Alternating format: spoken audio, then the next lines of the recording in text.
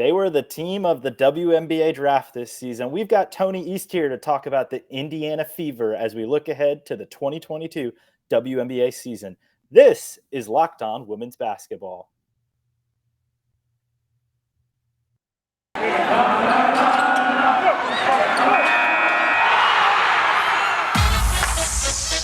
You are Locked On Women's Basketball, your daily podcast on women's basketball. Part of the Locked On Podcast Network, your team every day.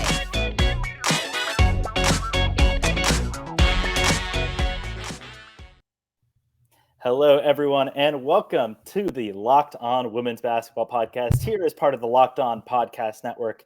I'm Alex Simon, stepping in to give Howard Megdal a little bit of a breather. You know, he can only play about 35 to 36 of the 40 minutes. We can't have him going all 40 here of these WNBA games. So I'm trying to make sure that, you know, somebody gives him a chance to get some rest here. I also have Tony East joining me. Tony is the Indiana Fever beat reporter for the Next Hoops. Tony, welcome, and thanks for joining us from Indianapolis today. Happy to be here. It was media day for the Fever today, so I'm feeling very locked into the team and where they're headed right now.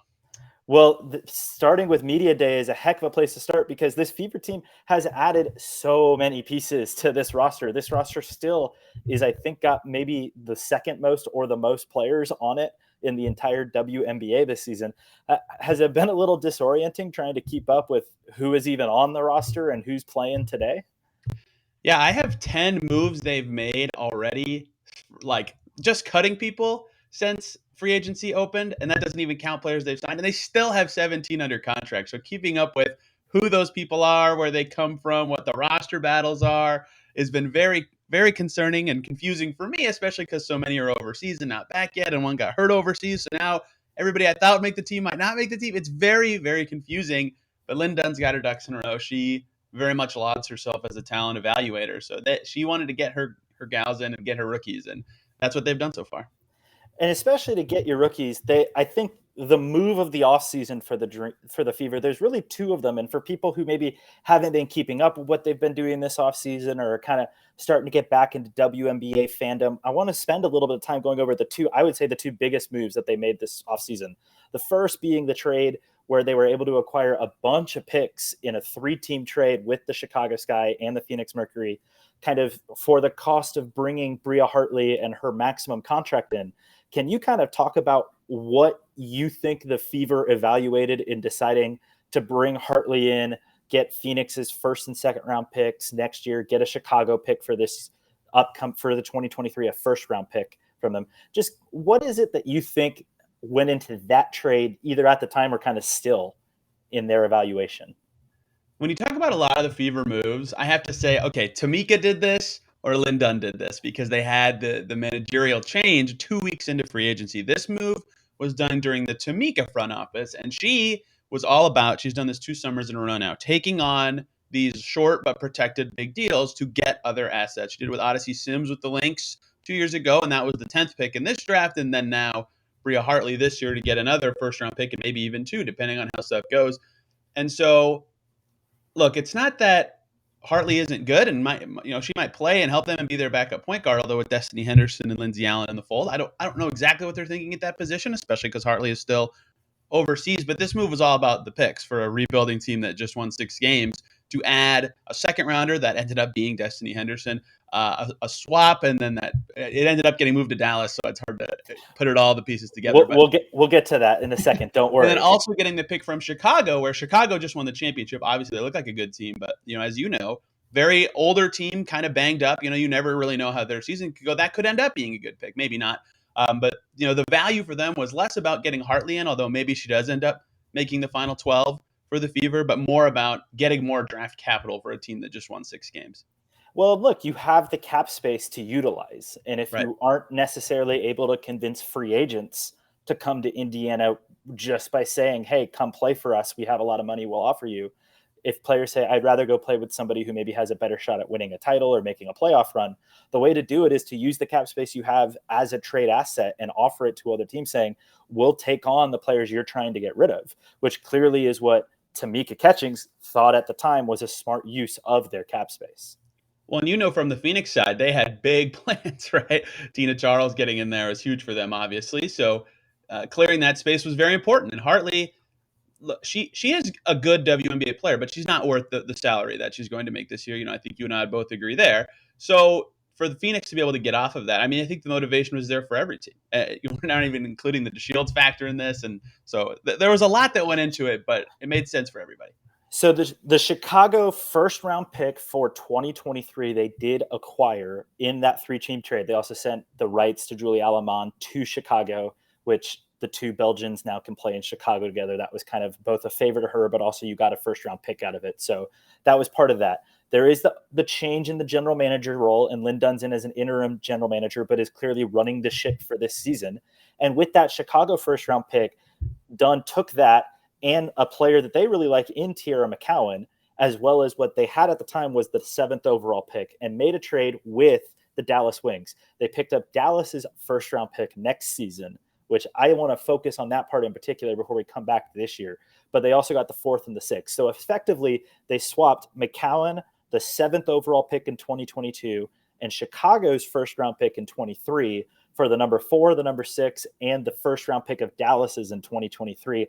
To me, the key to this trade, even with the pieces for the immediate future, the key to this trade is looking at it and saying, we think Dallas has worse chances to make the playoffs than Chicago. And we'd rather bet against Dallas than Chicago and maybe get a second chance at a lottery spot next year's draft, right?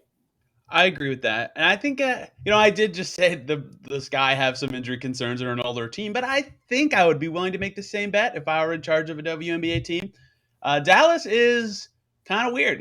They have some talented players who look like they could be good in the right situation, but they're all kind of have overlapping skill sets in a way that no one is really confident in the Wings this coming season. And McCowan, for all the good stuff she did for the Fever, clearly a flawed player. And some of those flaws will get in the way of Enrique and Sabli's skills. So maybe they will be good. They did get McCowan. They made a playoff team last year, but I think that's a safe bet to make considering the Sky were just better and didn't necessarily get any worse this offseason. And when the Sky had Candace Parker healthy, they were playing like one of the best teams in the WNBA, which is how they made the run to the championship that they made. So look, as always, it's worth pointing out 10 teams seem to be going for the playoffs this season and only 8 of them can make it. And so if you look at some teams as maybe more of a lock than others, Dallas is a team that has a bunch of question marks. So if you are a Fever fan and you know that you maybe are one of the 2 teams in the WNBA who's not necessarily in contention mode and you're going for playoff spots, you're going for titles this season, having a second team to kind of root against and know that, hey, if they're not making the playoffs, it helps us, has to be something that you feel a little more confident in than maybe rooting against the defending champions like they would have had they not made that trade and kept Chicago's pick. Exactly. And then if you count in the other factors of, they didn't know this at the time, obviously, but they did have 2. Like they knew they had a pretty good shot at NaLyssa, right? And there's another player you want to stick on the interior. They signed Betty Hattar like 3 days later, and she ends up tearing her ACL and MCL again. They didn't know all this at the time, but they like had a front court rotation filled out even without T in the fold. So it became like improving their draft capital this year, even on top of that challenge idea of we think Dallas will not necessarily be awesome next year. So even if T pops in Dallas, I think it was ultimately, especially with NaLyssa now in the fold, a good choice by Dunn. And we will get to NaLyssa and the players they did take with all of the picks they did have. But first, before we get to that, I want to talk about Built Bar, because this is the time of year where even now, if you haven't done it already, my New Year's resolution was gone in like mid-January. I thought about it twice and I'm like, oh, I should have done this. But we're at about a third of the way through 2022. If you haven't tried to maybe better yourself, the summer is a great time to look forward and try to figure out ways to do things.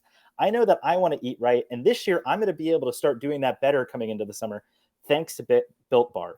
And honestly, Built Bars are so enjoyable that I don't really feel like it. Not just that, though. Most Built Bars contain 130 calories, 4 grams of sugar, 4 net carbs, and 17 grams of protein. If you compare that to the candy bars that usually have like 240 calories, 30 grams of sugar, it's no comparison. So make sure you go over to built.com, use the promo code LOCKED15 and get 15% off your order. Once again, that's promo code LOCKED15 for 15% off of your order at built.com.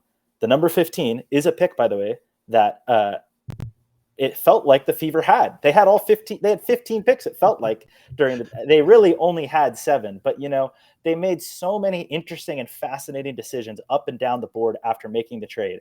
I'm going to do a quick run through of the top 5 picks that they did have. At number 2, they had NaLyssa Smith out of Baylor. At number 4, Emily Engstler out of Louisville.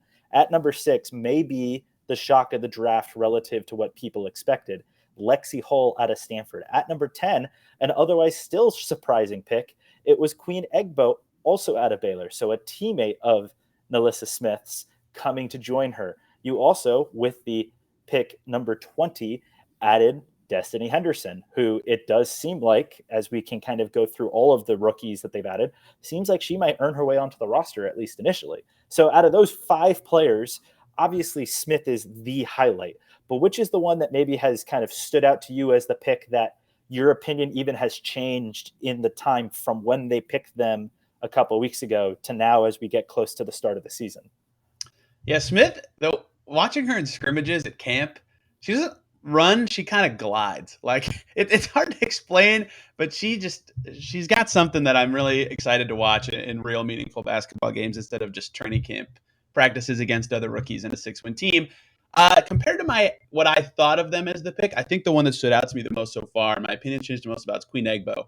She is very, when they picked her and they did their presser after the first round, Lynn Dunn and Marianne Stanley came in the room and talked a lot about her mobility on defense. And that is something they, especially as we talk about Tierra McCowan, who is not at all mobile on defense, something they really needed on the interior last season, someone who could not necessarily switch out, but be more of a deterrent on the perimeter and pick and roll situations and just keep the defense moving instead of, causing others to collapse or making help rotate earlier, things like that. She's really stood out to me with that mobility on both ends. Her offense has looked really sharp when I watched her as well. I think she could be a pretty natural fit for this team. And with Betty now injured, the front court's less crowded. There might be minutes for her this season. So she's one that I think my perception of her has changed the most since the pick. And Lexie Hull, obviously, I think I agree with you, the surprise of the draft where she went. But a lot of teams were really valuing shooting this draft. And I think she would have been picked probably top 16, 15 range anyway. And so they picked her at 6. And Lynn Dunn said, we didn't think she was going to be there at 10 with our next pick because they thought someone 7, 8, or 9 would pick her.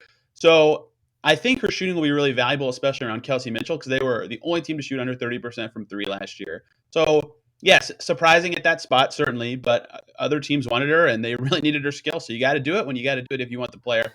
So, yes, both of those picks were surprising, but I actually think Egbo could be their backup center this year, and Hull shooting could really help them. But, they're rookies. We'll see what their impact really is this year. There was certainly some teams in that 7, 8, 9 range, and there's one in particular that drafted a player who is a pretty good outside shooter that maybe you could wonder if that team had a chance to take Lexie Hull, would they have done it? You never know. I think it's maybe not for as much as it was the shock of draft day and certainly not where it was. If you have the pick at 6 and you decide this is the player we want and we don't want to risk maybe not being able to get her, I completely understand how you make that decision. And especially given that, Lexie's played on a team at Stanford that was maybe the most full of talent team in the NCAA in terms of the way that talent was spread out. She's already dealt with a team that maybe is a little more pro-esque in that, hey, you only get so many opportunities. You got to take advantage of those when the ball comes your way. Yeah, I think that is true for sure. And I don't want to discredit their shooters last year, but they had no threats from the perimeter, none at all. Like Jantel Lavender was probably their best spacer last year, and all her threes were actually 2s because her feet are on the line for all 3. She's notorious for that, even making a joke about it at Storm Media Day this year. So they need shooters badly. And so that's where I think Lexie Hull can really help them. Even Emily Engstler could end up, I don't know how her shot will translate, but she could be helpful in that way, just a little bit more so than anyone they had last year. So I think shooting was a priority, and Lynn Dunn has stated as such in that draft. And obviously, when you bring in a player like Destanni Henderson coming off of a pretty darn good national title run for South Carolina, it sounds like, based off of what people have been saying and some of the other moves they've made around the roster, has she kind of maybe already, I guess it's not, day 1 of the season, but it sounds like she's trending toward being on the roster, isn't she? When I did my 12 projection for the team, she was the 12th. She was the last one that I got on there. And so now that, we've had a lot of talks about this and in some of the next group chats, like the Turkish league going so long, there might be extra roster spots at the beginning of the season for her to even more improve herself. So I think she's got a really good shot to make it by opening night for sure. And what it will come down to for me is, Lindsay Allen is a big. Marianne Stanley really likes Lindsay Allen. She did last year, talked about her a lot as a very reliable, runner of the offense for the second unit. And Lindsay Allen had some nice moments for the Fever last year. She's one of only 3 returning vets in camp for them so far. That might be the battle for the last spot is, do they want kind of Allen's veteran steady hand as their backup point guard, or do they want to keep Destanni Henderson on the team this season in that backup fold? And maybe they decide to, get rid of a wing like Jasmine Jones or Victoria Vivians and keep extra guards to keep both of them. But I think Henderson's in that 11 through 14 kind of group where she's got a chance to make it, but it's going to be tough. But given that there's some players overseas and Hatar got hurt, my projections have been hurt a tiny bit. So I think she definitely has better than a 50% chance, but I would not say it's a certainty at this stage. Now, this is a roster that will have to get down to 12 by opening night. But Yeah. That said, pointing out all the players who might still be overseas, and I do want to break them down in a little bit, that will at least open the immediate start of a career. And look, if you're a WNBA player, if you're on the roster for one day, that counts as a full year of a WNBA service time. So even for a player that I think got a lot of buzz both in the NCAA tournament and also just got buzz because the Fever took her in a Misha Williams-Holiday, if you can even make the opening day roster and only last for a day or two because the Turkish league is lasting longer than the WNBA teams would like it to, and the players on those teams keep playing, that's a life-changing type of moment that also then makes your overseas contracts better because you could say, I was a WNBA player for even a few days. That still counts. There's at least a few players who ostensibly are going to be able to make the opening night roster who will at least stick around for a couple of days, if not longer, right? Well, the other factor in that too is Chelsea Perry last year for the Fever, right? She made the opening night roster, played 2 games, and then Betty came from Hungary, and so they had to cut Chelsea Perry. But she played good in those 2 games. So then in the middle of the season, after they cut Lauren Cox, they were like, hey, Chelsea Perry, you were awesome for us early in the season. Welcome back to the team, right? So those 2 games matter in that way as well. Like you leave an impression with one strong performance, and boom, you are the first call when those sort of injuries happen. Emma Cannon sort of fit that bill for Phoenix, as you kind of remember. It was a little different because the bubble intersected her time there, but those sort of things matter as well. So yeah, I think that the opening night roster will be very important for a lot of them, like Destanni and like Amisha Williams-Holiday, like you said, who are right on the end. And Aaron Whalen's still around, from the rookie from Dayton, the only undrafted rookie they brought into camp. They've waived 3 guards already from camp: Michaela Kelly, Ali Papberg, and Haley Gorecki. And Aaron Whalen is still standing and around, and she moves pretty well without the ball, has made a lot of threes when I've been watching camp. I don't know if she'll end up on the 12 roster when the season starts, but she's been in the mix too. So they have a lot to consider as the season approaches.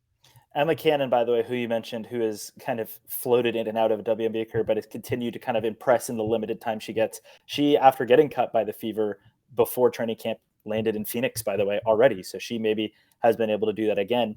And Emma landing in Phoenix with a maybe potential title winning team reminds me that if you think you know who you want to take for a WNBA title this season and decide you want to put a little bit of money behind it too, betonline.net is the #1 source for all of your betting stats and sports info. You can find out the latest developments going on in sports leagues. You can kind of see the news. You can even look up the NBA playoffs are going on right now. Major League Baseball just got underway. And what I love personally is that they have odds for the WNBA over at BetOnline. Now, if you're an Indiana Fever fan and you, for whatever reason, decide, I think the Fever are going to win it all this season, you can currently right now place a $1 bet on the Indiana Fever that would return you $80 if they win the WNBA title. You can only do that at betonline.net. BetOnline, where the game starts.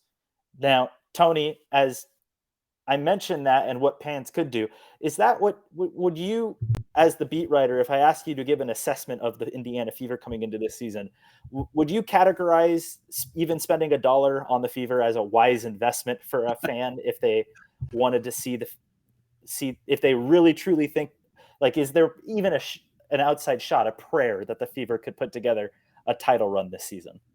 No, there's not.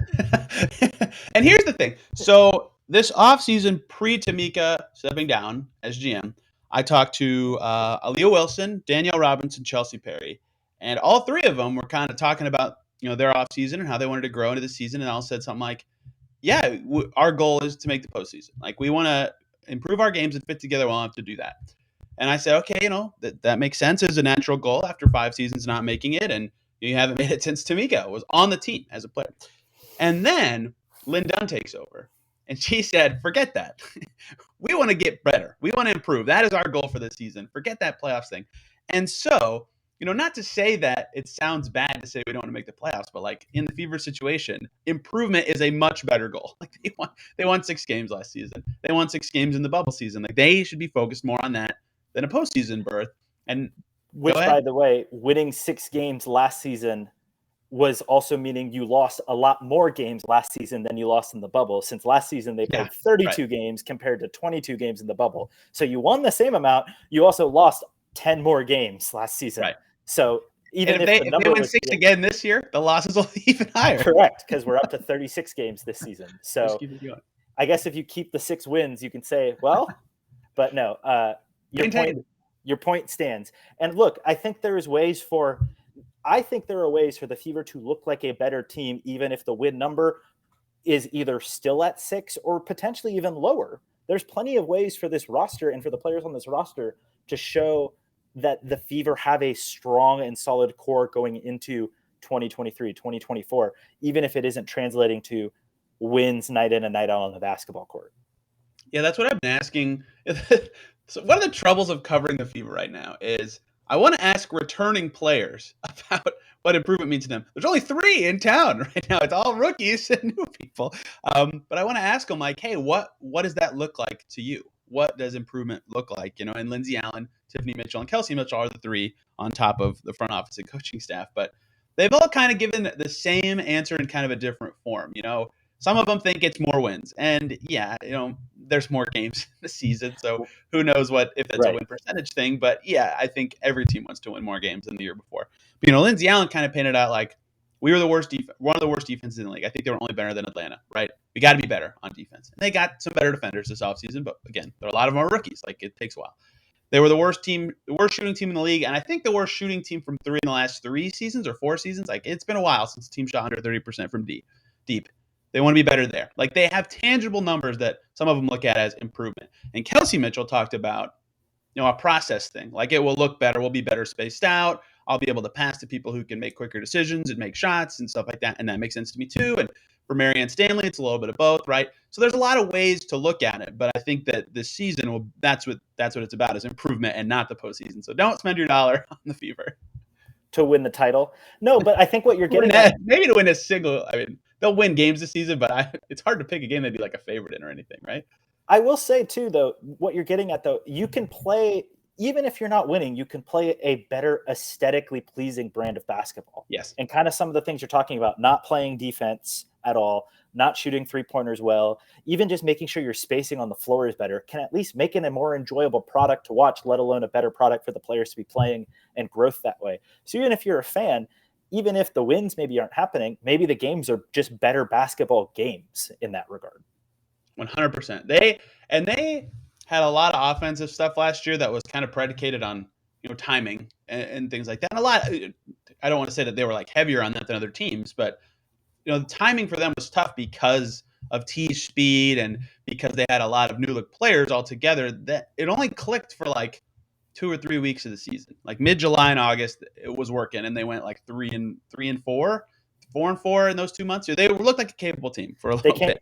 They did come back and play some pretty competitive basketball after the Olympic break, right? And had some games. I know they gave Phoenix actually 2 pretty good games, relatively speaking, in the post-Olympic break. They were Connecticut's last regular season loss of the season prior to the playoffs, right? Like they had a stretch where they were legitimately playing okay.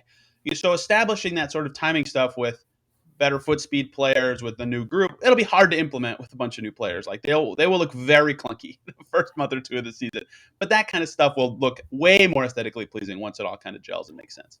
And I think if you can run down who are the players that are overseas, because that whenever, for as much as this group that's in training camp, that might be the opening night roster, once those players come back, you kind of have to restart that learning process, relatively speaking, all over again. Who are those players who are not going to be back, potentially not even for the opening night or beyond at this Yeah, point.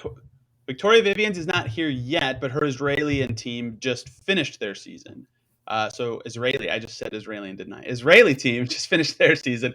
So I think she will report later this week, early next week. Don't know the exact timing on that. So I think by regular season she'll be here. But she's kind of in that like last tier fighting for a spot. I think she's good enough to make it for sure, but you never really know with the roster's dynamic. And Lynn Dunn did not sign or draft her. You have to consider that sort of stuff with the Fever. And then the other three, Elena Coates, Bria Hartley, and Danielle Robinson, all playing in the Turkish league. So they might be a little bit still. And Coates especially, like they have no bigs with experience. Like they are feel like, hurry, please come back, because they could have like almost an all rookie big rotation when the season starts. So obviously Danielle Robinson, solid veteran presence, guaranteed contract. They'll be waiting for her. She was solid last year. And Bria Hartley, they don't know yet because she's never played for them, but they are waiting on some potentially kind of key players still. So it'll be fascinating to see when they come.